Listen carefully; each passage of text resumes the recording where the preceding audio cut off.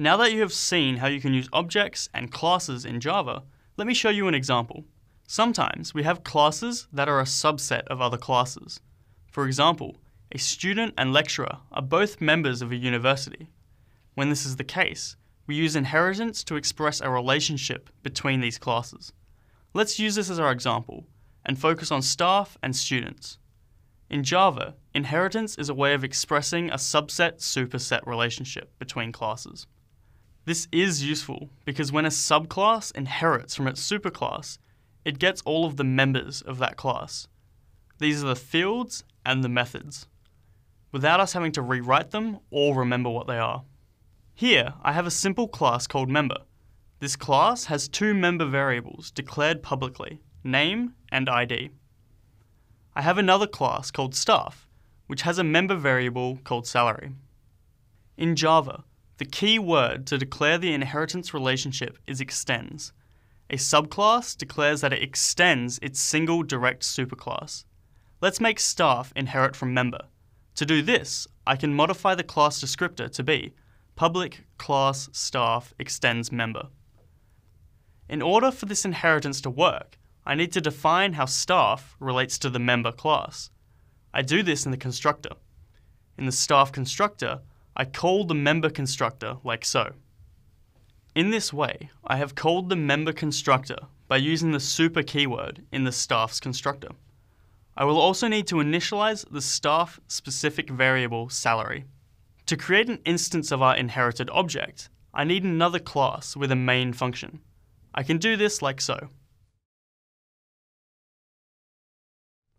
Now, let's create a university member of type staff. I create a member object, but I create it as a new staff member. If you recall from before, this will call the staff constructor, which then calls the member constructor. The member constructor sets the name and ID variables, while the staff constructor additionally sets the salary variable. I want my main function to print out the name of the staff member, so I have added a print statement into the main function. Now, I compile and then run my program to check that it is working as expected. Perfect! As you can see, it is really easy to create inheritance relationships. I could now build upon what I have done so far, introducing the student class that extends member, and then contains a string for the degree and an array to store a list of enrolled courses. You'll have the opportunity to do this yourself in an exercise. Let's continue. I have commonly used the public visibility modifier. Anything that is declared as public can be accessed or seen by anything else. With inheritance, it is important to look at some of the other visibility modifiers, private and protected. If something has private visibility, it is unusable outside of this class. A subclass will not inherit private members of its superclass.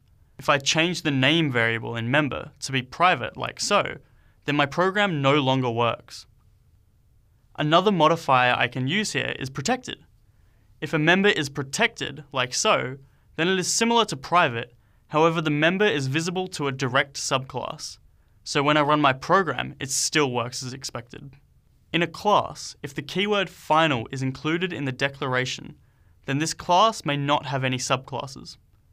If there wasn't anything to inherit from our staff class, we would change the declaration to be public final class staff extends member. This can be handy if you want to prevent others from directly inheriting your implemented features. And there we go.